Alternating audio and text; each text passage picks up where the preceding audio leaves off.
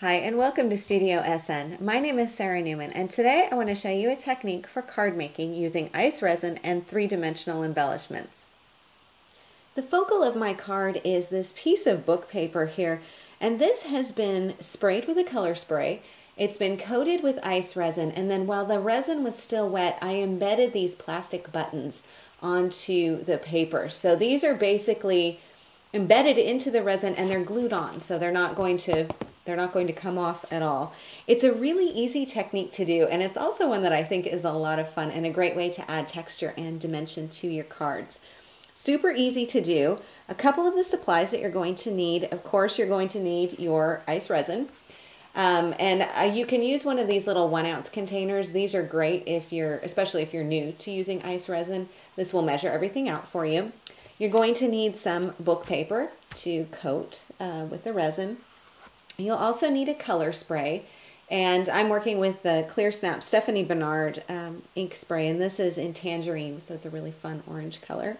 And then you'll also need something to embed into your resin, and I picked up this really big fun bag of buttons at a local craft store. So these are just regular plastic buttons in all different shapes and sizes, so these are going to be really fun to use. In addition, you're going to need your cup and your stir stick for mixing your resin, a little sponge to do the application, and then your craft sheet and some latex gloves to protect your hands. The process is super easy. So first, let me get started by spraying my piece of text paper. And for this, I'm going to bring in something to protect my work surface, which is this lovely, very well used, battered, rescued, recycled box. And this is just going to protect my work surface and everything around from turning tangerine. Okay, so I've got my text paper on here, and this is just a pump spray. So I'm going to hold it at a bit of an angle, kind of far away, and just give a couple of spritzes on here. I don't need to saturate the paper, but I do want to add enough color so that it really is that orange shade. And I also like how you get some of the just little spritzes in here, so it's not completely saturated. Now while this dries, which won't take very long, but while this dries, I'm going to go ahead and mix up my resin. I want to show you how to mix up the ice resin, and it's not hard because you'll have complete instructions, of course, but sometimes it's just easier when someone else shows you. So this is one way that you can buy the ice resin, and you'll see it's a little syringe type of packaging on here, and this will make up 1 ounce, which is enough to fill one of these little measuring cups. And that's about the unit that I work with for each of my ice resin sessions. So this is a really great way to go. It's also really nice, especially if you've never worked with ice resin before, because you do need to mix equal proportions of a part A and a part B, the resin and the hardener. And this is a plunger. So you're going to snap out the center piece, cut off the tips, and then just use the plunger to put the resin in equal proportions into your cup. So no measuring is even needed with something like this. So this is a great way to get started if you've never worked with the resin. Now the other way you can do it is with what I usually do, which is the 8-ounce bottles, and you buy these together. So you have a part A and a part B. You've got the resin and the hardener, and then you will need to mix these, which is not difficult at all, but you do want to make sure that you're mixing equal proportions. So that's what I'm going to show you now. So I'm working onto my craft sheet, and this is really ideal for working with resin because it can clean up pretty easily. I've also got my nice latex gloves on because you really don't want to get this on your hands or on any other surface if you can possibly avoid it. If you do get a spill though, I've always got wet baby wipes, and these are going to be very, very important, and I always have a package and a couple of them out on my work surface when I'm working with resin. You're going to need your plastic measuring cup and your stir stick. Now these are also available from the Ice Resin people, so they have all of this stuff, the cup and the stir stick and the resin. The craft sheet is from Ranger, of course. Okay, so I'm going to mix up 1 ounce of the resin. You can see I've marked on here just because I thought it made it a little bit easier for you to see the lines on here, because again, it's really important that you measure exactly. So I'm going to start with 1/2 with my part A, and then I'm going to top it up with part B. So let me get my part A here, and I'm going to just simply start pouring. This is really thick. The part A is quite thick, so it's going to come out a little bit like syrup. So I'm just pouring this in here, working slowly until I get up to my halfway mark. And then let that out. And then you notice that there's kind of a drip on the side of this. This is where I go with my baby wipe and just clean up around the outside edge. That means when I put the cap on, the next time I open this bottle, it's not glued shut. Guess how I know this little trick. You live and you learn. So now I'm going to come in with my part B, and I'm just going to top it up. And part B comes out a lot faster than part A, so that may be a little bit of a surprise. So just watch that when it comes out. And a little bit more. And then again, wipe off any excess. Put the cap back on.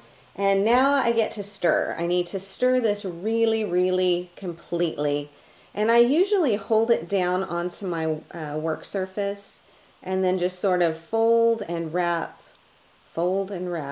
the mixture. And when you're looking at it in person, you'll notice that there are what they call striations. It's kind of a stripy effect. You'll be able to see the two different parts as they're blending. So you really want to make sure that you mix this completely and get rid of all of those stripy bits. So I go around, I go right up close to the edge, kind of fold this in like cake batter, scrape down the sides, and you know the liquid is pretty close to the top, so you don't want to get too over enthusiastic, but just fold and blend and fold and blend. You're going to do this for about 2 minutes. That's the recommended amount of time from the ICE Resin people. So make sure that it is thoroughly, thoroughly mixed, and then you will be ready to add it to your paper. Okay, now that I have my resin all mixed up, I can go ahead and add it onto my paper. So I'm putting my paper down onto my craft sheet, and this is going to be my working surface. And I can just set aside my craft stick. I'm not going to need that, but I will need my sponge. And this is just a big kitchen sponge that you can pick up at the grocery store, the drugstore. And I've cut these down into 2-inch wide pieces. And I'm going to use this as my applicator for my paper. So I'm just going to dip my sponge into the resin, and you know, if you have any air bubbles in the resin, don't worry about it because they're going to dissipate as you spread this out onto your paper. So I'm going to dip this in here. I'm not submerging the whole sponge. You don't really need to do that because the sponge does soak up quite a lot of the resin. So just a little corner on here, and starting from the center of my paper, I'm going to work out to the edges. It's okay if some gets onto my craft sheet. That's not a big deal at all. I can wipe it up with a baby wipe, or I can scrape it off with an old hotel key card after it dries on there. So I'm going to turn this around and get a little bit more resin on here. You may think it would be a good idea to pour the resin onto your paper, and that's going to give you more resin on your paper than you actually need. So resist the urge to do that and just use the sponge method, because that's going to give you as much resin as you need without oversaturating or wasting it. And I think you can already see on here as the color is changing and the texture of the paper is changing. So once I have one coat on the front, I'm going to turn it over, and you can see where some of it has already started soaking through. So now I just need to do the second side of it, and once again just working from the center out to the edges and getting that resin on here and blotting around here. And you can really see, it's nice because you can see how the paper changes.